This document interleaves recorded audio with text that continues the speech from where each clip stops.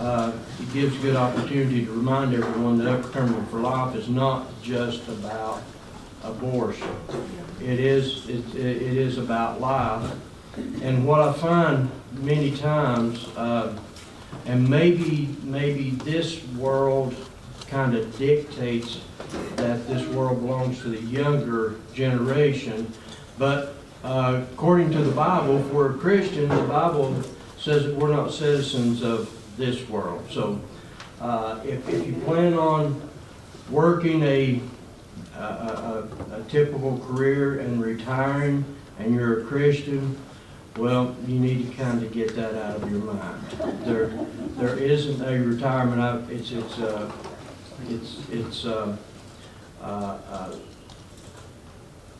Whenever I was in India and they would talk about a pastor retiring, it didn't mean the same thing that we think about it in America.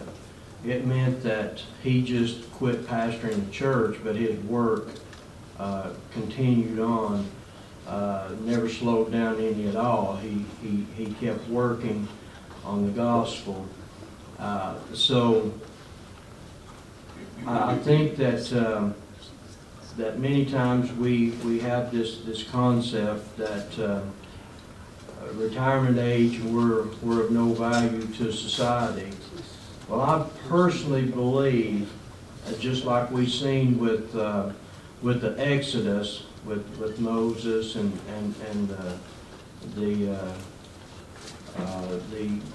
the Hebrew nation there leaving Egypt, it took not only the elderly, because remember, when I've been at the nursing home and spoke a few times, and I always remind the nursing home patients that Moses, his ministry basically started when he was 80 years old.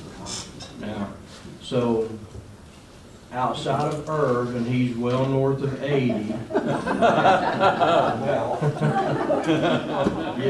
So most of us haven't even started that 80-year part of our life. So if you're thinking about quitting, then don't. I believe just as important it was for Moses as 80 to hear the direction from the Lord on what to do, then Joshua and Caleb brought in the younger part of this equation. Working together, they wound up, of course we know Moses didn't go, but working together they got out of Egypt and then of course on into the Promised Land. So Mary Gail had asked me if I would like to speak on something, and I thought, well, who better to speak about than my mother? Because she was an inspiration to me and all of the siblings, and most people she met really thought highly of my mother. Now, she raised a family, she worked the shirt factories, she done all this type of work, and it was very important in the home that Christ be the center of her home. So she didn't shirk her earthly duties of being a wife and a mother. She performed those duties and she performed them well. If Mom would have had any regrets, it would have been that she would have liked to have spent more time with her kids. But as her kids began to get older and move away, even though the grandkids came along, but Mom had even a greater desire to serve kids, small children. That's why you see Kids Land Daycare just south of here, about maybe 4 or 5 miles, is because at the age of around 70-year-old, she opened that business up. Now that was a huge undertaking. I can't even sit up here and think about or try to explain everything that Mom went through to get that thing open. And I don't care how many times I told her, you might as well forget this, or even try to discourage her, because she always would look to me when it come to the 501c3 and some of these things, or some of the administrative things, she would always come and ask me, and I would try to discourage her. Well, Mom, I'm just not going to get involved in that. And she said, then I'll just do it on my own. You know, she was going to do this. So I wanted to take a few moments and speak about a little bit about her life when we were at home, but more importantly, her life after the kids left the nest. Some of these kids out, they may not know who Betty Burks is, but they do know who Miss Betty is. And this was one of her most famous quotes. I think this might be from C.T. Studd. Only one life will soon be passed. Only what's done for Christ will last. Now, that was not only her favorite quote, but she believed that in every aspect of her home. And make no mistake about it. And even though I won't talk much about her walk with God, but that was the most important thing of her life. Growing up, we belonged to the Church of God of Prophecy. The Church of God of Prophecy had the headquarters in Cleveland, Tennessee. They had White Wing Messenger as how they printed the Sunday school material. And they also had a bookstore, and they had a monthly or quarterly, I can't remember, magazine. So now, Mom was so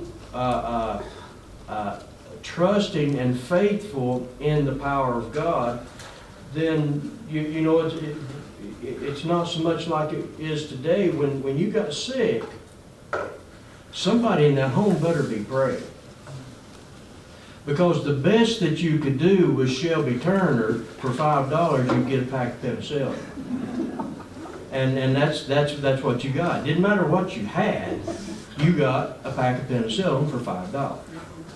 And so somebody in that home had to be praying. I don't care. I only remember one person in my entire family going to the hospital, and that was my sister Sue. And that was only because we were in Murphy, North Carolina, and she fell down. How many steps? 100 steps. I don't know, but she nearly lost her leg. That's the only one. And I'm quite convinced if we would have been home, Mom would have taken care of it. And the first remedy was prayer. And the second one, she took that White Wing Messenger, that church magazine, and she placed it under the pillow where you were laying. You know the old saying, if you had a head injury, you don't want them to go to sleep? Well, we went right to sleep. Mom put that White Wing Messenger under our head. And she just had that kind of trust. And we think about that. Sometimes it almost sounds a little bit occultic, but Mom wasn't. She wasn't occultic. She just believed anything that mentioned God was spiritual. I remember the day I pulled up in the driveway, and Mom's out there in her car listening to the radio or CD. And I noticed her hand doing this, so I know she's worshiping.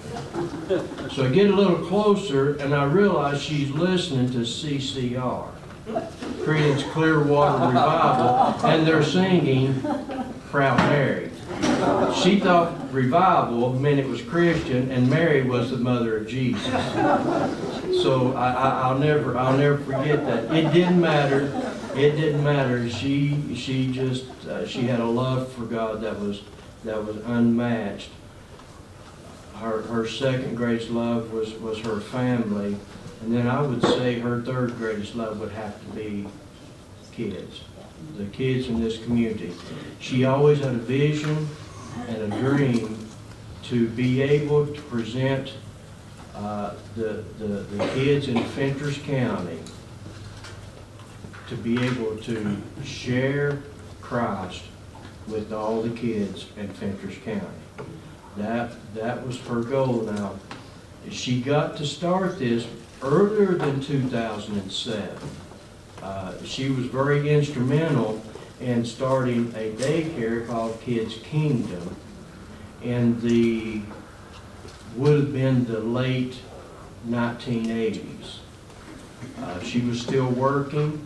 She would go to work, and then when she would get off work, she would come to that daycare, which was up here at the Church of God of Prophecy Church.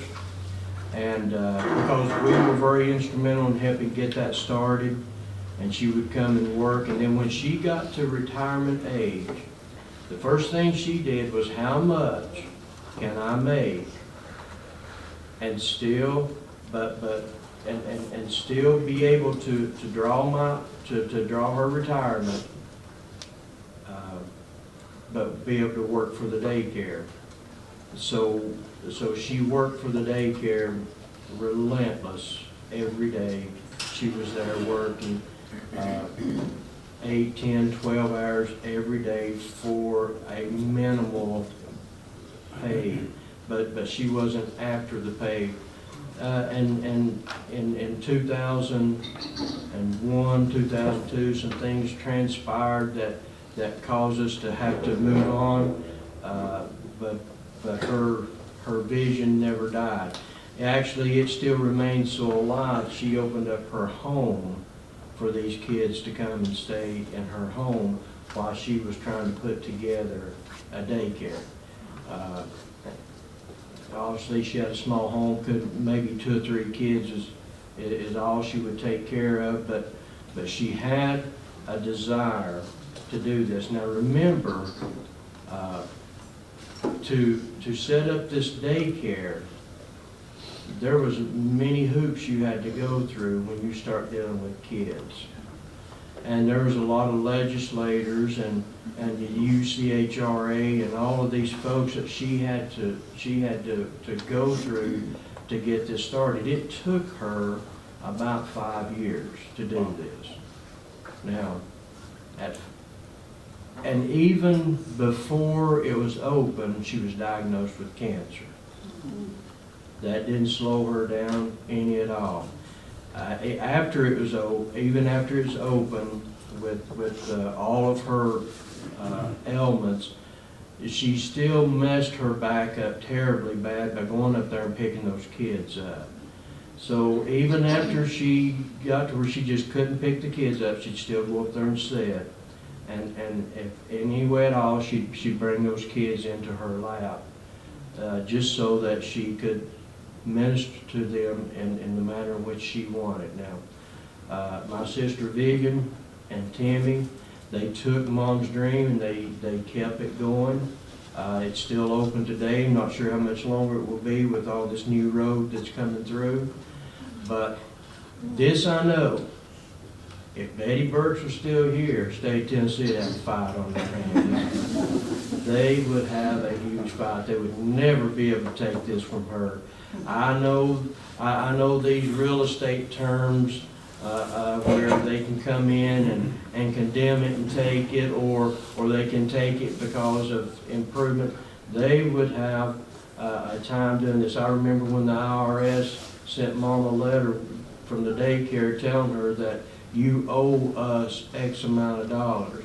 Mom just took her pencil and paper out and wrote them a letter and said, no, you're wrong, I don't owe you anything, and that was the end of the story. The IRS never contacted her again from that.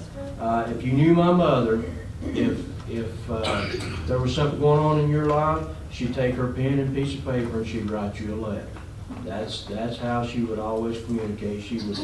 But normally when you got a letter from Mom, you were doing something wrong. Thankfully, I never got any of those letters. I think in our house, I got 4 sisters that are all older, and I think they're the one that got all the letters.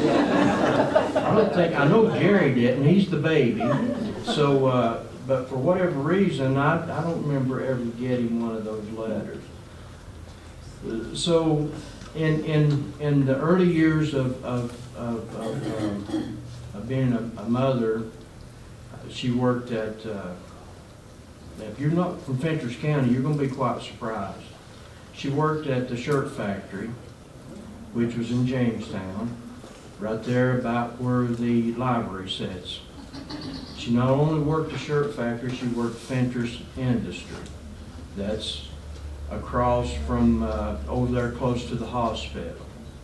She also worked tent manufacturing. I think she might even worked at the Grimsley, not sure about the Clark Range, but there were shirt factories all over this county. I mean, there was plenty of places, especially for a woman, to be able to work. And then the one year, one summer she took off, then she just gathered up all the kids and we went and picked beans every day. She believed that we need to be busy, we need to be working, and one thing that Mom instilled in me was that when you get older and you get married and you have kids, I better never hear that you're not taking care of your family. And that put a work, and it's even in my brother, the attitude that we have with work, which while we've always worked not only one but sometimes multiple jobs, because Mom instilled that quality in the two boys that she had to make sure that we took care of our family. So she worked all these. She went on to work at Roselawn Southern in Cumberland County. And where was the last place she worked before she retired? Oshkosh. Oshkosh. Yeah, Oshkosh was, they were at where Fentress Industries were at. So when she retired there, of course, and I don't want to rehash all of it, but she retired there and went to work at the daycare, and then at the age of about 67, she started working on the business she has now. So the reason I say this, and I want to use Mom as an example again, and you can tell the point, if you listen to my sermons, you can always find the point I'm wanting to drive home because I keep repeating it. If you're here today and you're retired, I hope that you're not retiring from the things that God has called you to do. He has a plan and He has a purpose, and you can't allow anything to stand in your way.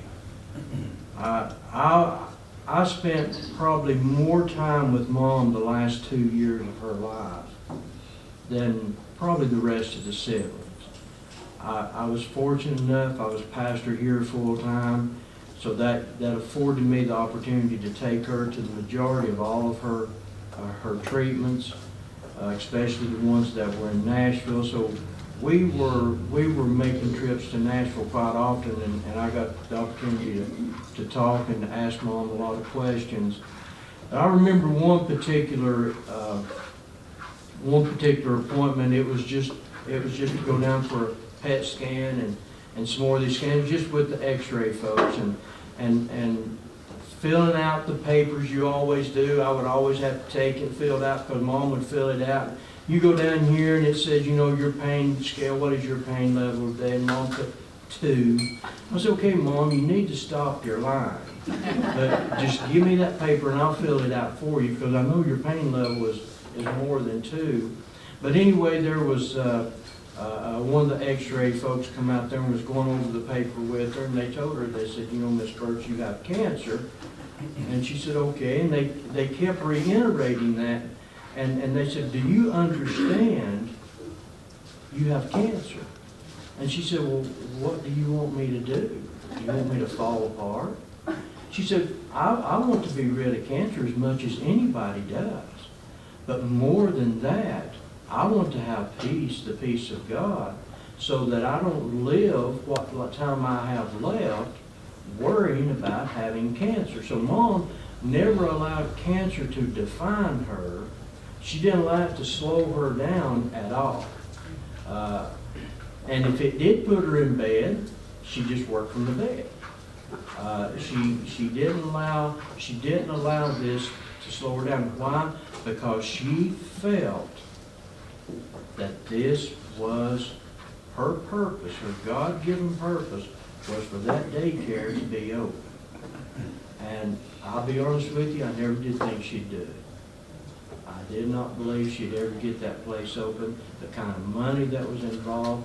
And it was the first type of daycare in this area This wasn't something that was thrown up from a home. This was actually more of a modern daycare that you would find somewhere else, not in Fentress County, where you actually, it looked like a daycare, not just a babysitting job.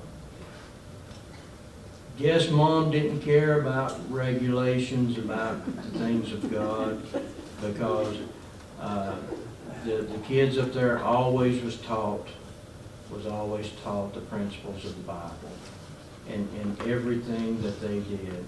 It just didn't matter, and I kept waiting for them to come in and haul her off to jail at some point in time, but she was bound determined she was going to do that.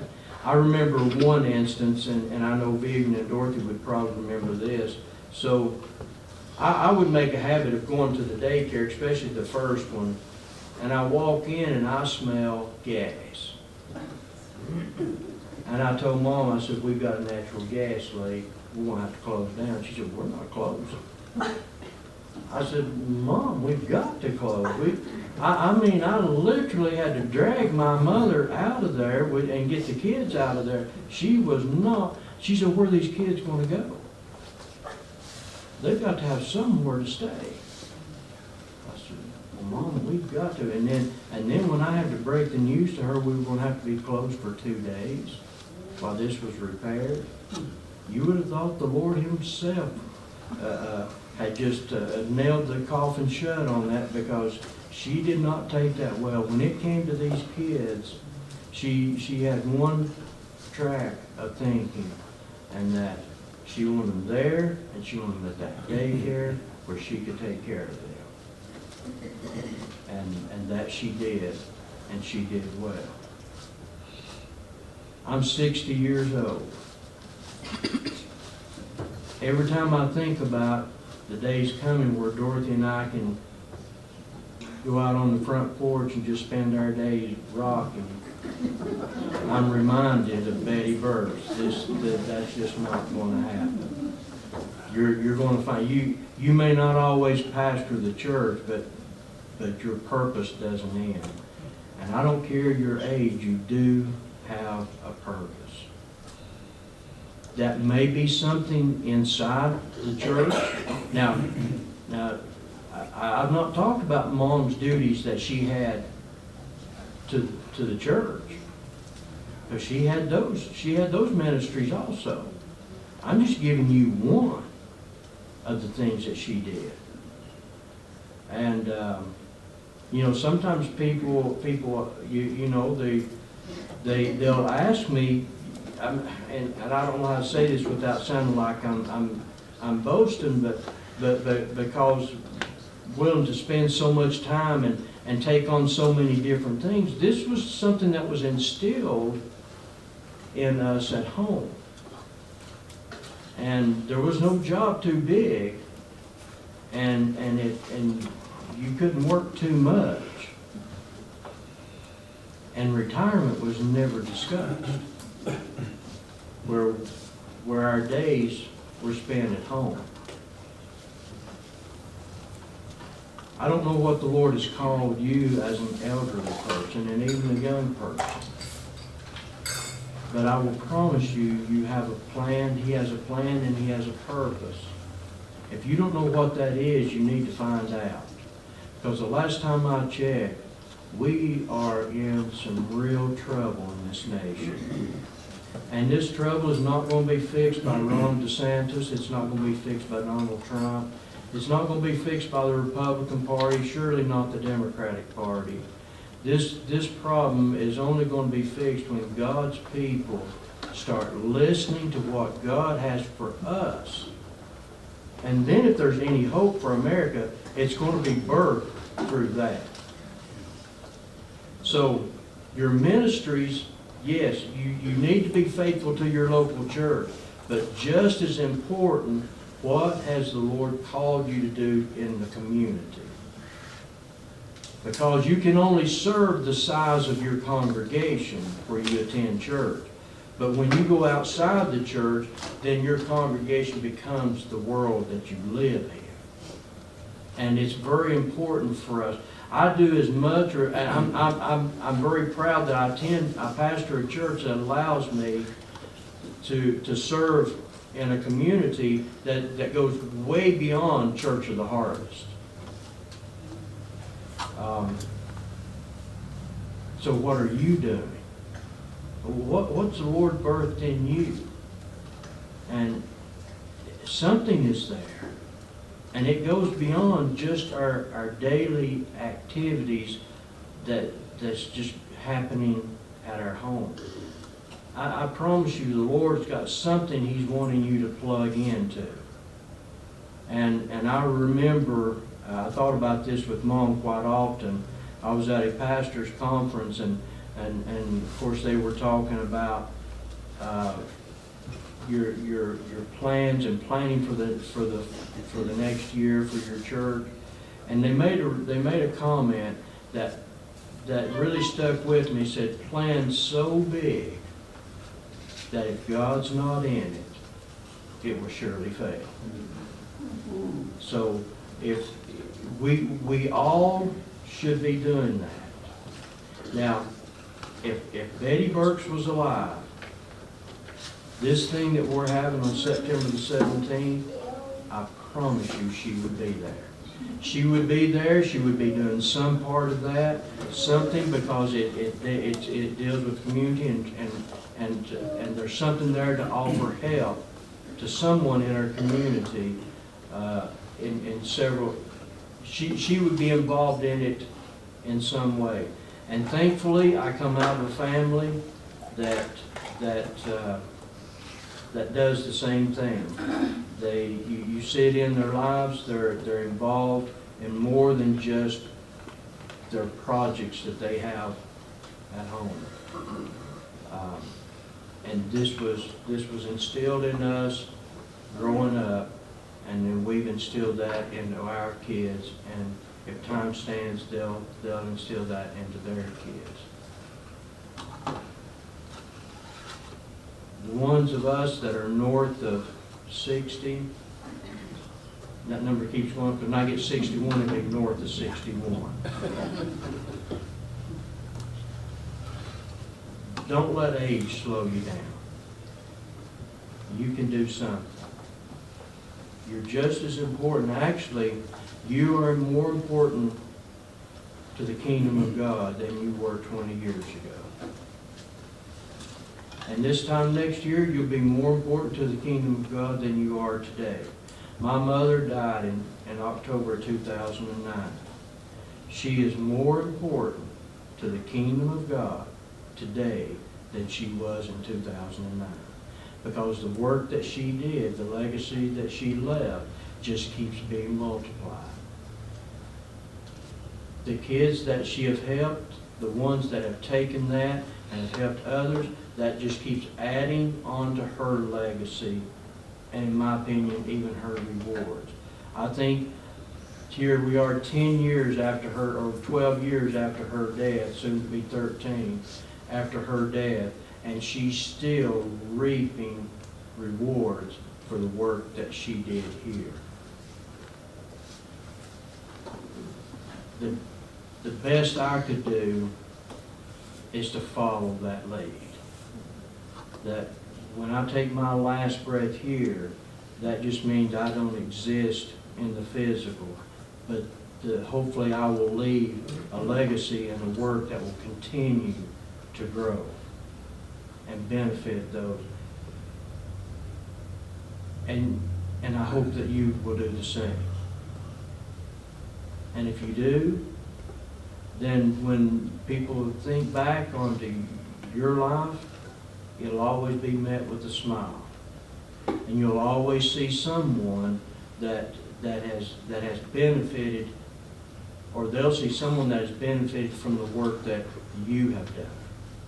So I want to encourage, especially the elderly, I want to encourage you, and I can't say it enough, don't stop just because you've reached the age that our government says that now we can retire, or now your retirement is opened up, or your 401k or whatever. don't stop. Continue in this work that God has given you and be faithful to it, because I will promise you, God will be faithful to help you walk through every bit of this. And you will experience a blessing from God that no earthly retirement activity will ever give you.